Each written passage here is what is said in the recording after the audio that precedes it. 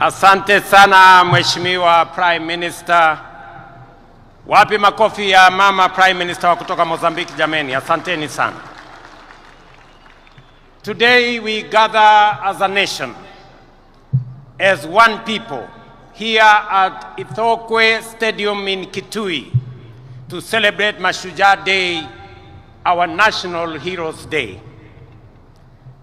Mashujaa Day is an occasion for remembrance, for celebration, and for reflection, and also a day for renewal.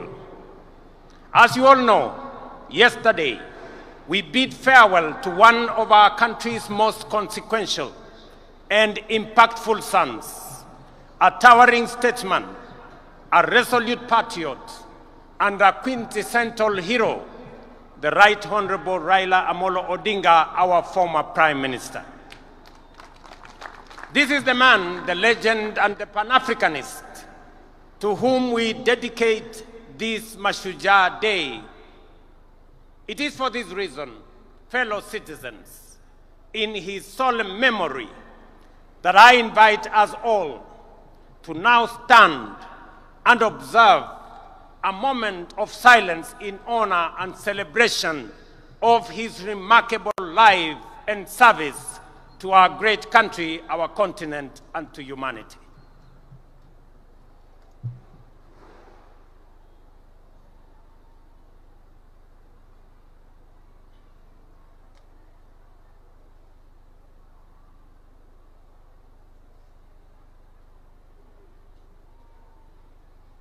Thank you very much. Thank you very much. Sons and daughters of our motherland, Kenya, Raila Amolo Odinga aspired and labored for a Kenya that is free, that is fair, governed by the rule of law, and filled with limitless opportunity for all of us. Baba envisioned and fought for a nation where, in the immortal words of our national anthem, justice is everyone's shield and defender, where we all dwell in unity, peace, and liberty, and a Kenya that has plenty within its borders.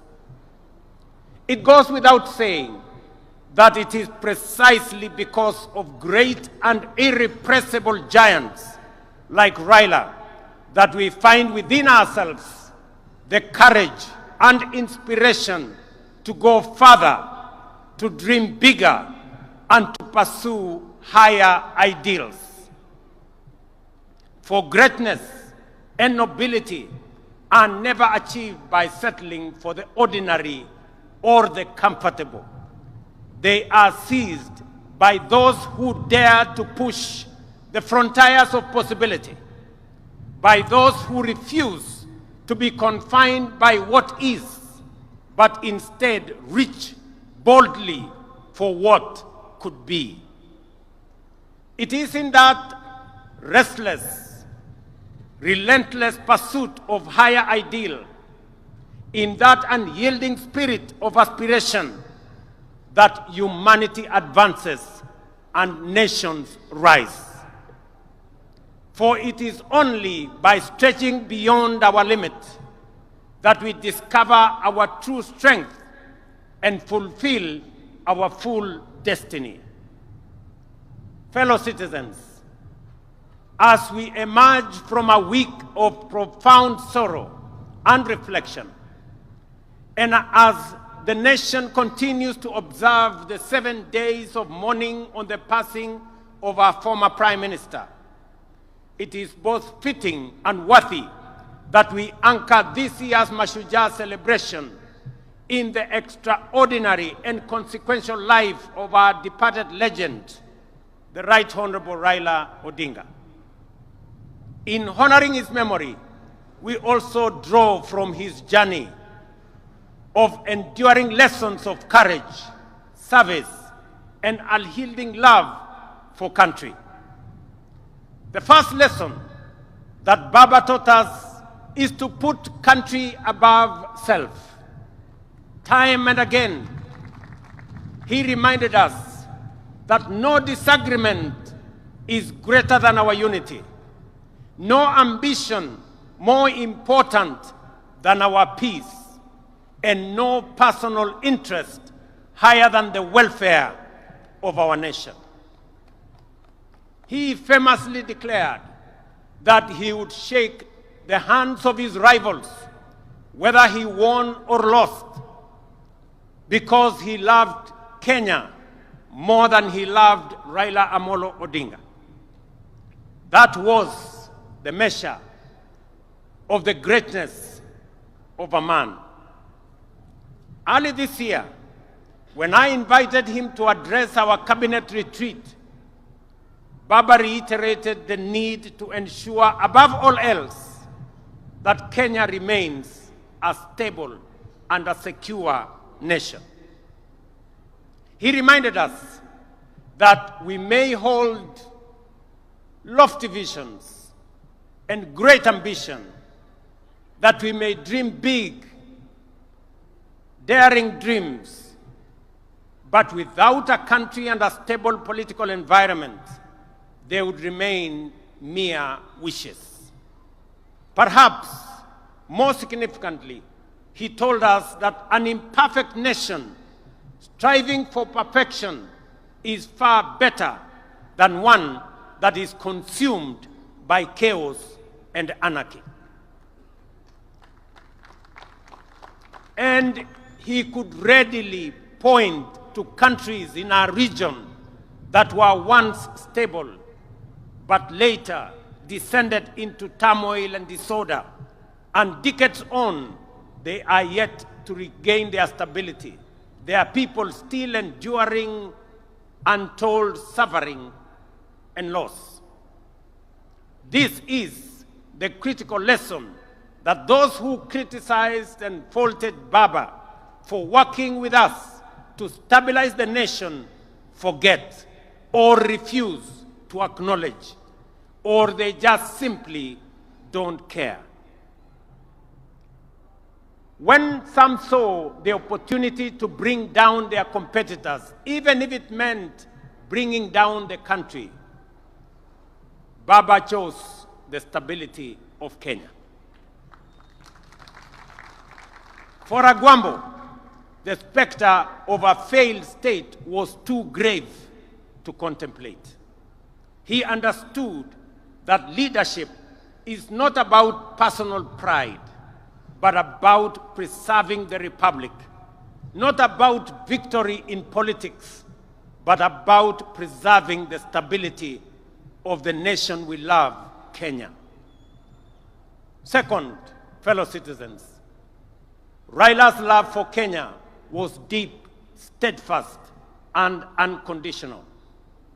He once told us that if he were to die and God asked him where he would wish to be born again, he would say without hesitation, "Take me back to Kenya." Such was the depth of his devotion to our beloved nation. He knew that Kenya, like all nations, was not perfect, that nation building was work in progress, that it is only renewed with every generation. He understood that we are an imperfect people, always striving towards a more perfect union. Yet even in our flaws, he saw magic and beauty. In our struggles, he discerned promise, and in our contradictions, he could pick out hope and unity. To Raila, there was no place on earth more worthy of devotion, no people more deserving of faith, and no dream more noble than the Kenyan dream. Thirdly, Baba's life was an example of always choosing and closing ranks for the common good. When our nation faced turbulence last year, for example, I reached out across the political divide. Baba was the first to come to the table to help steady the ship of state, leading to the formation of the broad-based government that has since stabilized our economy and our nation. That is what heroes do. When the stakes are high, they rise above partisanship and put the country first. Even during the last election campaigns, when fate placed us once again on opposite sides of the political divide, Baba spoke words that will echo through generations. He said, and I quote, "I have been to the mountaintop. I have seen the glory land. I may not get there with you, but together we will get there." End of quote. In those words lay the essence of his leadership: selfless, visionary, and anchored in faith that Kenya's destiny transcends any individual. He reminded us that collaboration, even with rivals, is not an act of political convenience, but a sacred pact with posterity. For Baba, it was never about him becoming president. It was about Kenya having a good president, and Kenya moving from a third world status to a first world status in a short time as possible, so that we, as a people and as a nation, can realize our true potential. The glory land that he saw at the mountaintop is the better, the greater, and the more perfect union for which we must now, on this Mashujaa day, dedicate ourselves anew. Fourth, our former Prime Minister was a foremost preacher of national unity. He tirelessly reminded leaders and citizens alike that our overarching identity is not defined by tribe, region, or creed, but by the sacred bond of being Kenyan. He often urged us to think Kenya first, to let the idea of one nation under one flag rise above all else.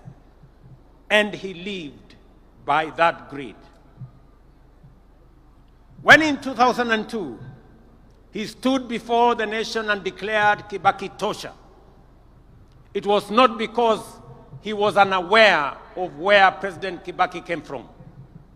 It was because he saw, beyond geography and ethnicity, he saw Kenya as one united nation under God. Fellow countrymen and women, it would therefore be a desecration of his legacy if we were to allow ourselves to be divided by sectarian interests, by the peddlers of hate, or by the see nothing good about Kenya battalion. The fifth lesson from Baba's life is one of unshakable faith in the future. He was a die-in-the-wool eternal optimist. Through every trial, setback, and triumph, the Right Honorable Raila believed that Kenya's best days were still ahead. He endured prison, persecution, and political defeat, yet never surrendered to bitterness or gave in to hopelessness.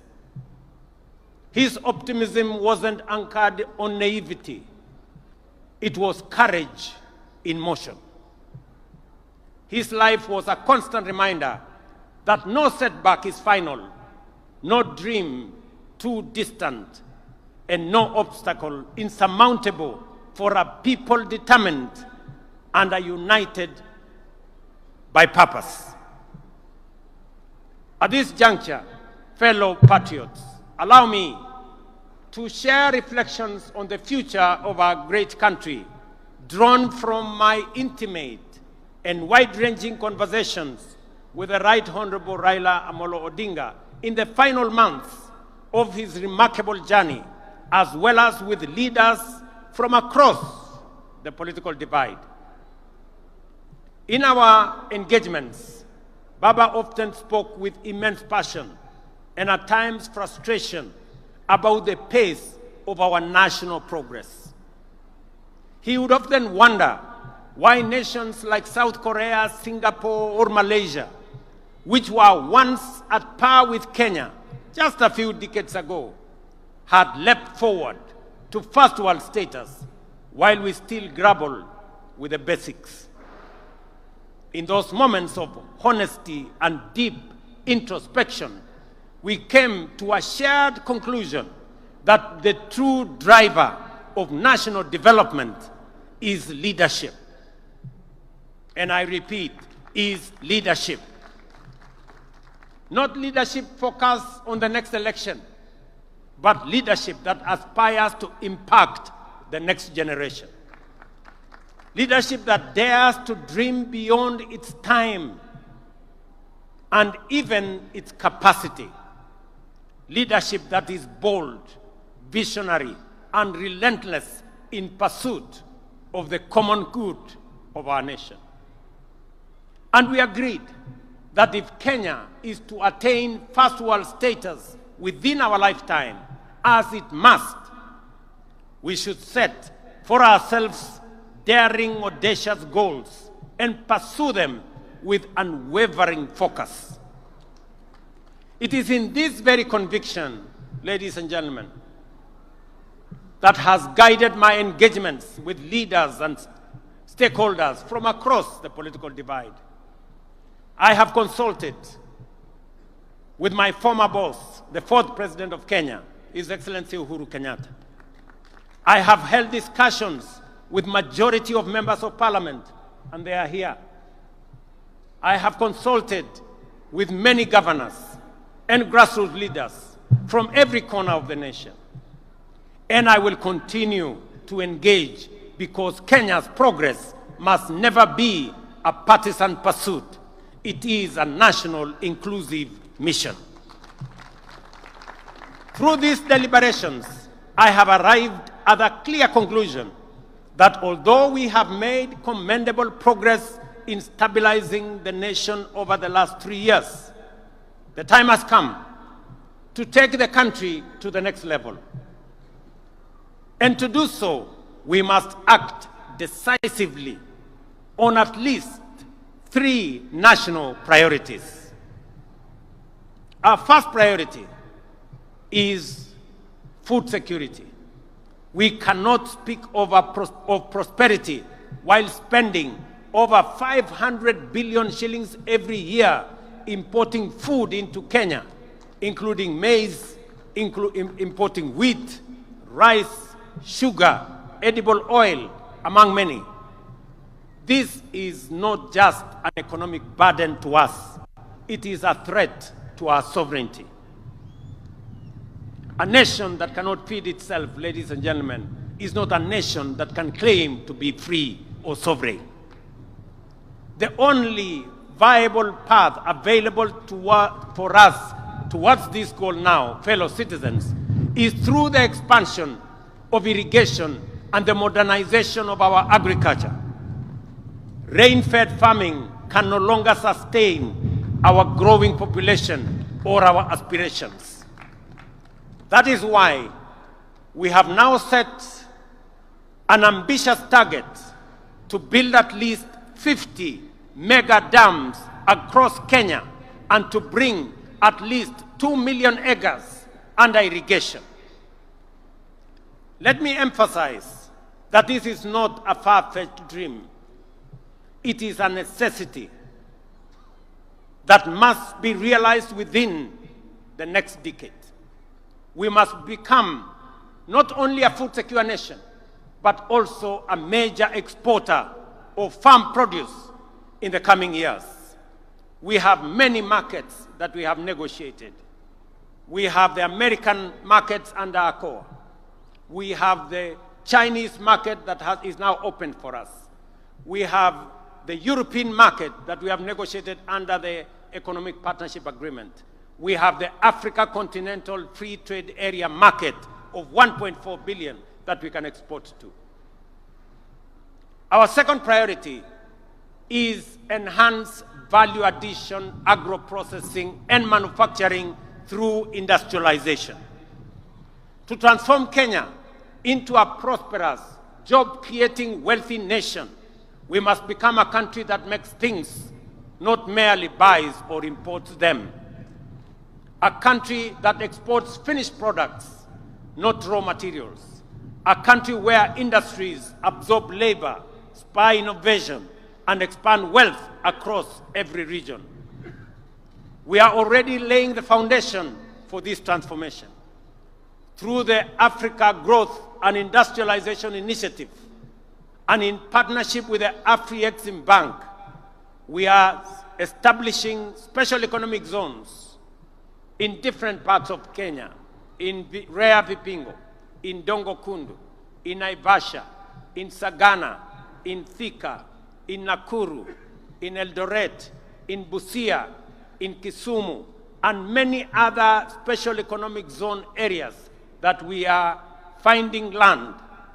These zones will host textile, agro-processing, assembly, and light manufacturing industries, creating tens of thousands of jobs. At the county level, as was mentioned by the governor of Kitui here, we are rolling out county aggregation and industrial parks in all 47 counties. These parks will link farmers to processors, entrepreneurs to markets, and small entrepreneurs to national and regional value chains. We are unwavering in our vision that everything Kenya produces must be processed in Kenya. Tea must leave Kenya not as raw leaves, but as packaged excellent tea. Coffee, not as cherries, but as a premium blend for international markets. Cotton, not as lint, but as fabric and fashion. Hides, not as raw skin, but as leather shoes and bags branded, made in Kenya. But we cannot industrialize, ladies and gentlemen, without reliable, affordable, and sustainable energy. That is why we have set our sights on expanding Kenya's energy generation capacity from the current 2,300 megawatts to at least 10,000 megawatts within the next decade. As a former Minister for Energy, Raila Odinga was a strong advocate for the rapid expansion of our energy capacity through multiple sources, including hydro, geothermal, solar, wind, and also energy. Just for the record, already a lot of research is going on the development of the first nuclear energy plant in Kenya, in Siaya County. With abundant energy, we shall power factories, light every home, and drive Kenya to become the industrial hub of East Africa and the continent. Our third critical area of focus is infrastructure development. Again, Baba, who also served as a Minister for Roads and Public Works and Housing under the late President Kibaki, often reminded me that no economy can flourish without world-class infrastructure. It is in this context that we have committed to dual at least 1,000 kilometers of major highways, including the Rironi, Nakuru, Mau Summit, Eldoret, Malaba Road, Makutano, Embu, Meru Road, Kitengela, Namanga Road, Mombasa, Nairobi Highway, and Maroa, Nanyuki, Isiolo roads, among others, and construct an additional 10,000 kilometers of new tarmac roads linking counties, linking farmers, traders, and manufacturers to markets across the nation, and complete the standard gauge railway from Naivasha to Kisumu and onward to Malaba, seamlessly connecting Kenya to Uganda, Rwanda, Burundi, and DRC, the very heart of the Africa Continental Free Trade Area dream. Fellow citizens, to some, these projects may seem too ambitious, perhaps even out of reach. But this is precisely where bold, visionary, and heroic leadership comes into play, the kind that Raila Odinga embodied. It is the reason that on this Mashujaa Day, in recognition of his extraordinary contribution and enduring legacy, the government and the people of Kenya inscribe Raila Odinga's name among the foremost of our heroes under the public seal of the Republic of Kenya. On behalf of a grateful nation and through the authority vested in me as president, I have today posthumously conferred upon the Right Honorable Raila Odinga the highest honor of the Republic, the Chief of the Order of the Golden Heart of Kenya.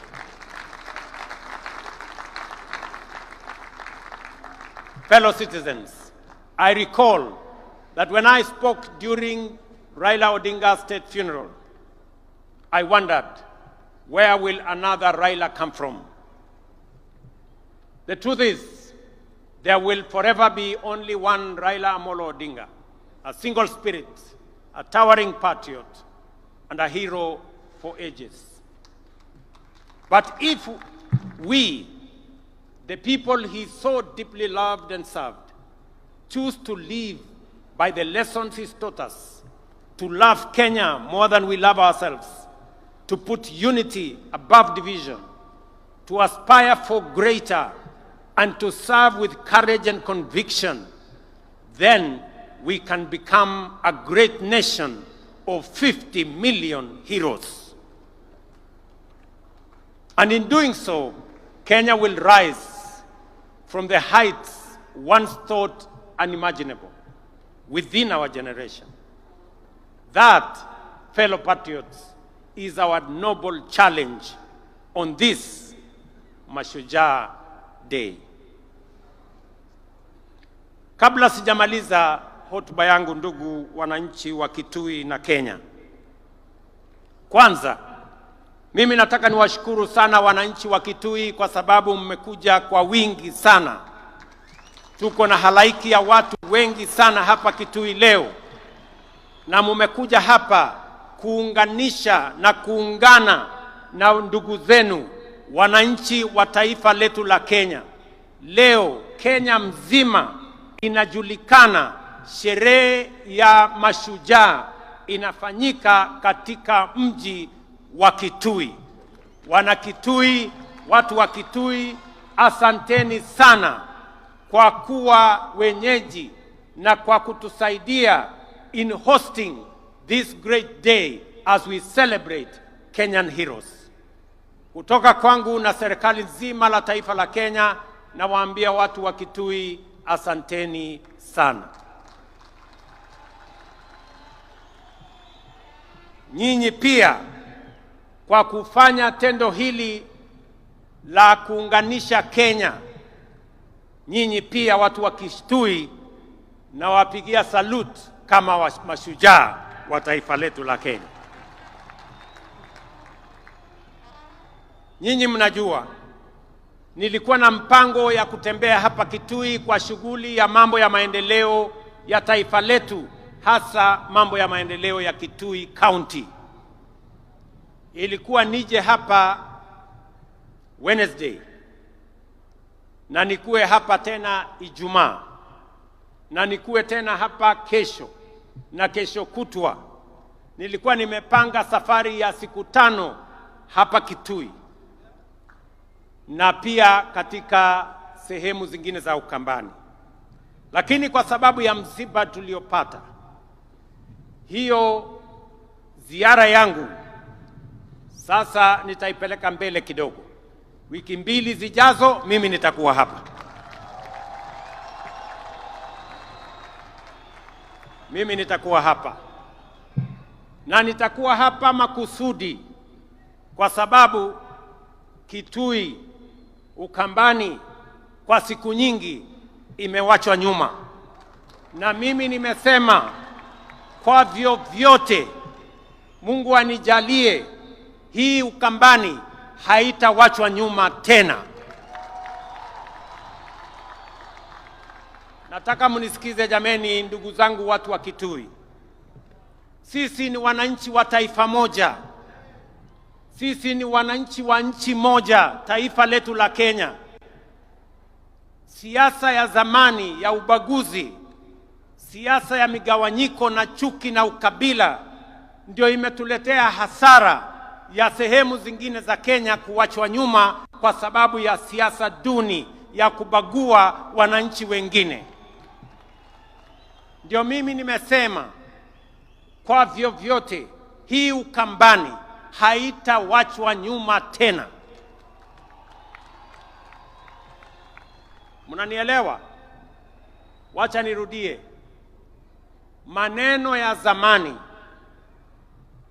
ya kusema sijui bomwe, sijui betwe, Ukambani ikabaki nyuma, haitatendeka tena. Nasikia hata kuna wengine wanajaribu kueneza siasa ndogo ati maskini jeuri. Iko maskini jeuri ya kufanya nini?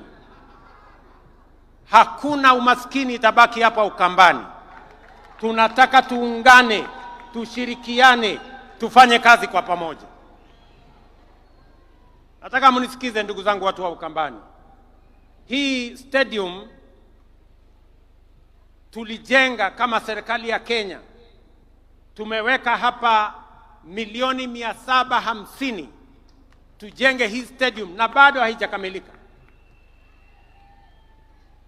Tangojea pengine mwezi moja ikikamilika, tumejenga kila mahali, tumeweka parking mzuri, nitakuja kufungua rasmi ikiwa imekamilika. Na ni kwa sababu tunafanya hivi sio Ukambani peke yake. Tunafanya hivi katika taifa letu la Kenya. Pia nimeamrisha wizara ambayo inahusika na michezo pia tujenge stadium kama hii pale Machakos, na tujenge stadium kama hii pale Wote, pale Makwiny. Kwa sababu nchi ya Kenya ni nchi ambayo inajulikana na ni mashuhuri kwa mambo ya michezo, na sababu hiyo stadium and infrastructure ya mambo ya michezo lazima tuwe nayo. Wewe Waziri Mburia unajua vile utafanya tukamilishe hii, ili mapema mwaka ujao tuanze Machakos na tuanze pale Makwiny, kwa sababu tunataka Ukambani itembee sambamba na sehemu zingine za taifa letu la Kenya. Hapa vile vile tumejenga uwanja wa ndege. Mimi nataka niwaeleze ya kwamba hiyo uwanja haijakamilika. Bado tutajenga terminal building. Tunataka hiyo uwanja ikae kama viwanja zingine za ndege sehemu zote za Kenya. Hapa vile vile kiongozi governor amesema kuna barabara tulisema tumetengeneza. Kuna zingine zimekamilika, kuna zingine bado. Mimi nataka niwahakikishie yale yote ambayo tuliweka katika mpango yetu tutakamilisha, kwa sababu tunataka wakati tunabadilisha Kenya pia Ukambani inabadilika. Sio hivyo peke yake. Nyinyi mnajua ya kwamba mulituuliza tujenge barabara kutoka Kibwezi, na mulisema hiyo barabara iende mpaka ishikane kule Mwingi.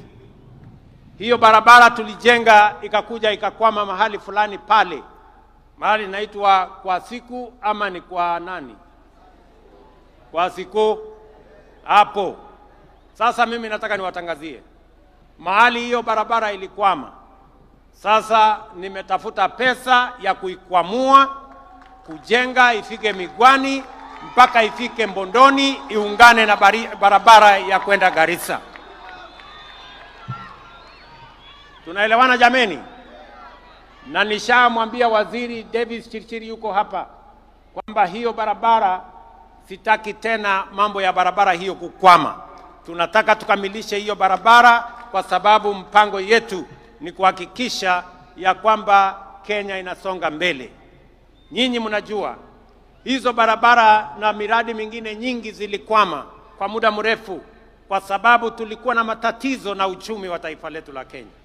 Na niliwauliza kwa unyenyekevu, munipatie nafasi kidogo ninyoroshe mambo ya uchumi. Sasa mimi nataka niwatangazie uchumi wa Kenya sasa iko steady. Na sasa tuko na mpango kamili ya vile tutasukuma mambo ya maendeleo ya taifa letu mbele. Vile vile viongozi wetu hapa walituuliza ya kwamba kuna barabara ingine ya kutoka Chuluni kwenda Zombe mpaka Mwitika. Hiyo barabara vile vile sasa tuko na contractor na tutawajengea hiyo barabara kwa sababu tunataka tuhakikishe watu wa Kitui East, na mimi najua mbunge wenu Bwana Nimrod Mbai yuko hapa, ni mtu msumbufu sana, ananiuliza hii barabara kila mwaka. Vile vile nimeongea na mama anaitwa Rachel Nyamai ya kwamba barabara ya kutoka Ikudha kwenda Mudha mpaka Mutomo, hiyo barabara pia tuijenge, na tayari tumepata contractor wa kujenga hiyo barabara. Vile vile mnajua kuna barabara ilikwama kule Mwingi, ile barabara ya kutoka Kamuongo kwenda Kandwiwa. Hiyo barabara vile vile sasa tuko na pesa ya kukamilisha section ambayo ilikuwa imekwama pale. Vile vile nyinyi mnajua tumepoteza watu wengi, vile governor alivyosema pale Enziu Bridge. Hiyo daraja imekuwa daraja ya maafa. Mimi nataka niwaeleze sasa watu wa Ukambani, waziri yuko hapa, nimempatia maagizo na nimesema kabla ya Februari mvua ianze mwaka ujao, hiyo daraja iwe imekamilika, ndio tusiwe tena na maafa katika hiyo barabara. Tumeelewana watu wa Ukambani na Kitui? Vile vile nataka mnisikize kwa makini. Hapa Kitui pia tuko na mpango mkubwa ya kusambaza stima. Nilikuwa nije hapa hiyo siku kwa sababu ya harakati hiyo ya kusukuma stima. Mimi naelewa kupitia kwa viongozi wenu ya kwamba bado tuko na wananchi wengi hawajafikiwa na huduma ya stima. Ni kweli ama si kweli? Sababu hiyo serikali ya Kenya imetoa pesa shilingi bilioni 2.2 kuunganisha manyumba ya wananchi hapa Kitui 16,500 mpya. Between now and February next year, hizo manyumba 16,000 tutakuwa tumeziunganisha stima, na baadaye tutakubaliana, baada ya hiyo awamu tutapanga tena vile tutahakikisha kwamba stima inafika kwa manyumba zenu na tunaondoa giza, ndio shetani ashindwe. Mimi vile vile nataka niwaeleze ya kwamba hapa Kitui kupitia program yetu ya affordable housing markets pamoja na hostels tumewapatia budget ya shilingi bilioni 15 ya Kitui. Tayari tuko na projects ya shilingi bilioni 7. Tuko na soko, mmesikia governor akisema soko kubwa ya Kitui Town. Hiyo soko kubwa ya Kitui Town sasa tutaichukua kutoka county, tutaimaliza, tutakamilisha. Vile vile soko ya Mwingi Town. Pia pale Mwingi Town tunataka kujenga soko kubwa kwa sababu mji wa Mwingi ni mji mkubwa. Vile vile kuna soko ya mahali inaitwa Kalundu. Ni mnajua mahali Kalundu iko. Na soko pale Kabati pia tunataka kujenga soko kubwa. Na vile vile Mutomo tujenge soko kubwa. Alafu tuko na soko zingine 10 katika sehemu mbalimbali. Soko yote tunajenga hapa Kitui ni soko 14 mpya ambayo itasaidia wakulima wetu waweze kupata mahali ya kupeleka mazao yao isiharibike. Tuwe na storage, tuwe na cold room, tuwe na mahali ya kuuza, mahali kuna heshima, mahali kuna maji, mahali kuna stima, na mahali wale wote wanaofanya hiyo biashara wanaweza kuendesha biashara hiyo bila ya matatizo yeyote. Vile vile sasa tumepatiana kandarasi ya hostels ya vijana katika TVET zetu, universities hapa Kitui.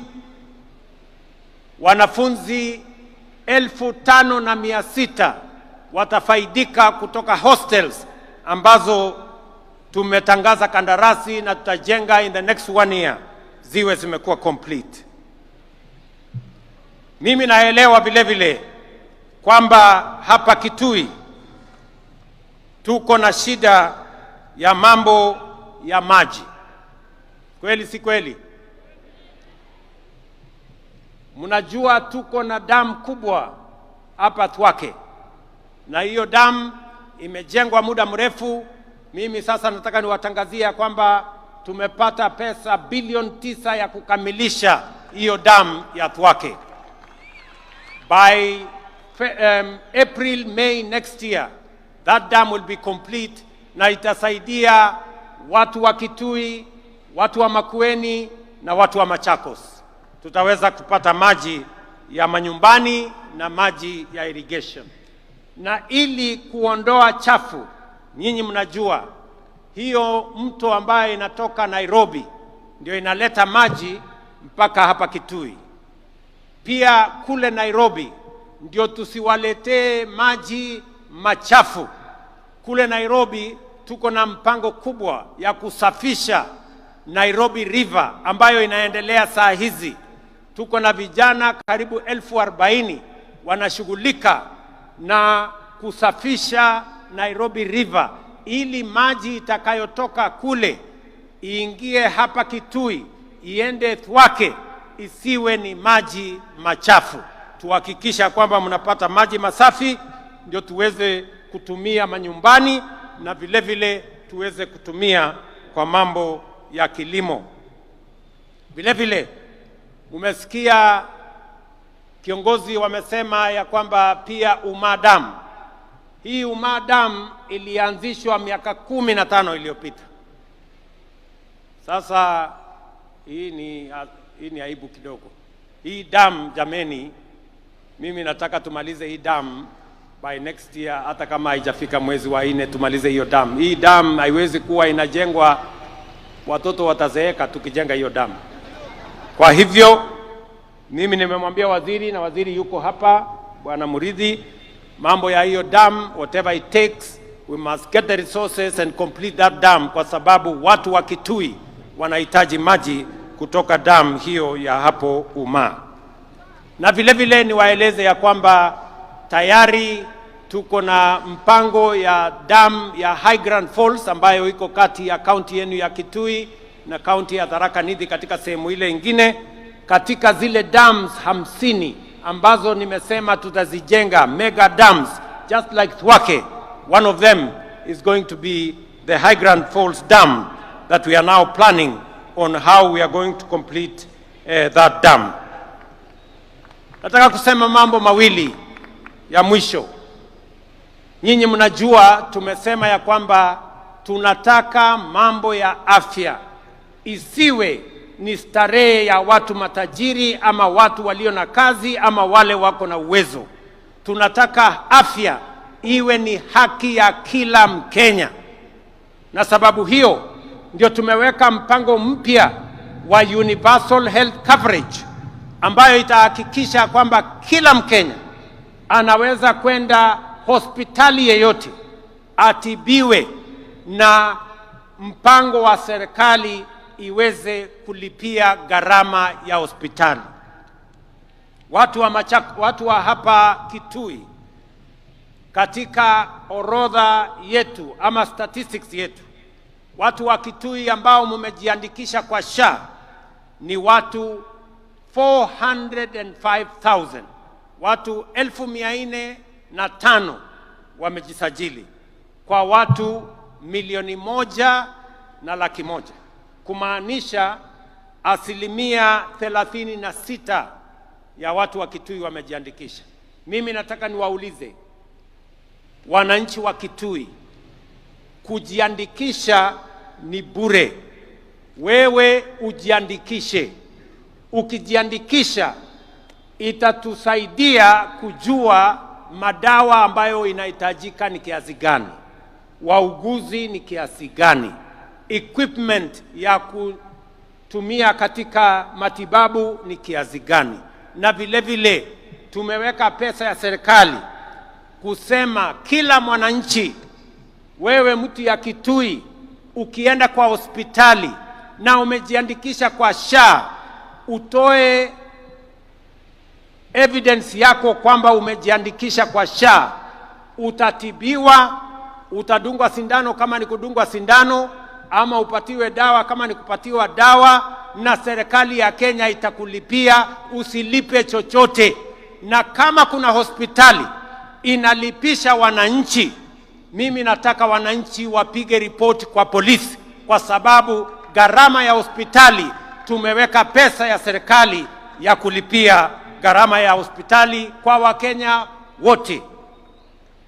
Kitui mnanielewa? Kitui mnanielewa? Mimi vile vile nataka nitangaze nikiwa hapa Kitui leo kwamba katika mpango wetu wa kupanga ajira na usaidizi wa vijana wa Kenya, tukishirikiana na benki ya kimataifa ama World Bank, tuko na pesa shilingi bilioni 20 ya vijana wa taifa letu la Kenya. Na katika hiyo mpango tunataka vijana 800,000 ili tuwajumuishe katika mipango tofauti tofauti. Tumewaambia vijana wa Kenya wajiandikishe pale katika mtandao *254#. Hapo ujiandikishe, utakuta mahali imeandikwa hapo nyota, uingie hapo ndani ujiandikishe. Number 1, kama wewe ni kijana, haujaenda shule, hauna kosi yeyote umefanya, tunatafuta vijana 90,000 ya kuwapeleka katika courses tofauti tofauti kwa gharama ya serikali ya Kenya. Hautalipa chochote, lakini tutakupeleka college na utapata vile unaweza kujisimamia ukiwa sasa umepata course ama umepata ufundi wa aina tofauti tofauti. Ya pili, tunatafuta pia vijana wale ambao mnafanya kazi, mko na skill, wewe ni fundi lakini hauna makaratasi ya kutambua ya kwamba wewe ni fundi. Pia tuko na mpango ambayo inaitwa recognition of prior learning, ili wewe ambaye uko na ujuzi, uko na ufundi tayari, uko na skill tayari, tukusaidie, tukufanyie recognition of prior learning ili ukuwe na certificate. Wakati unaenda mahali unaenda kutafuta kazi, sasa utakuwa na stakabadhi ya kujua ya kwamba wewe ni fundi wa aina hii ama aina nyingine.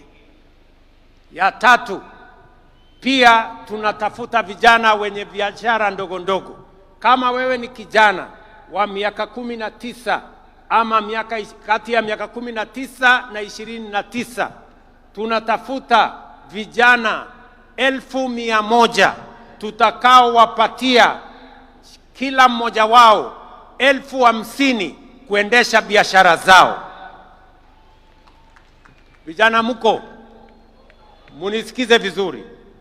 Ijumaa, Friday 24th, hii inakuja. Leo ni Monday, unahesabu Tuesday, Wednesday, Thursday, Friday. Katika kila constituency tunafanya verification ya vijana ambao wako na biashara ili tuwasaidie na pesa muweze kuinua biashara zenu, ili mchangie katika kuzalisha uchumi wa Kenya. Ndio sote tuungane tufukuze umaskini katika taifa letu la Kenya. So on Friday there will be verification in every constituency in Kenya.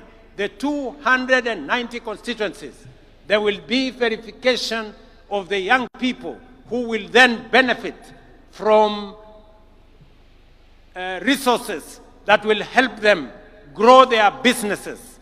And I am asking that in this verification, we are looking for 100,000 young people so that we can give each one of them 50,000 shillings for them to enhance their businesses wherever they will be. And I want to ask all leaders, viongozi wetu, magavana, wabunge, MCAs, tusaidiane ili vijana ambao wanafaa kupatiwa hizi pesa tuwatambulishe, ndio tuinue hali ya uchumi ya vijana wetu, wakati tunazidi na kupanga vile vijana wetu wote watajumuika aidha kwa biashara ama kwa kazi, ndio tuweze kusukuma taifa letu la Kenya mbele. Mwisho, na mimi nataka niseme tutaanza disbursement ya hiyo pesa tarehe 4 mwezi ujao. In another 2 weeks we will now start the disbursement of the money to the youth that will have been identified beginning 4th of next month, 4th of November, in the coming 2 weeks, so that we can run that program and see how many young people can benefit from that program. Hapa Ukambani, mimi najua kilimo yenu kubwa ni mambo ya pulses, cowpeas na ile peas zingine zote pamoja na ndengu, na vile vile matunda, oranges pamoja na mangoes. Na nishaongea na viongozi wa sehemu hii.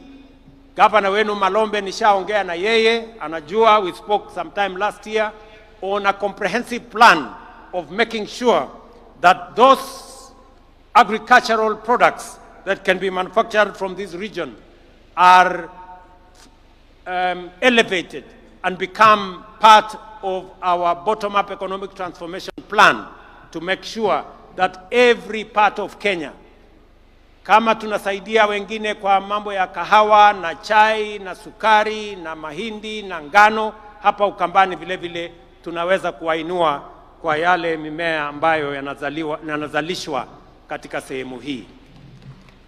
Ndugu watu wa Kitui, mimi nataka nimalizie kwa kuwauliza jameni. Na wauliza ninyi watu wa Kitui, nikiwauliza ndugu zetu wote wa taifa letu la Kenya.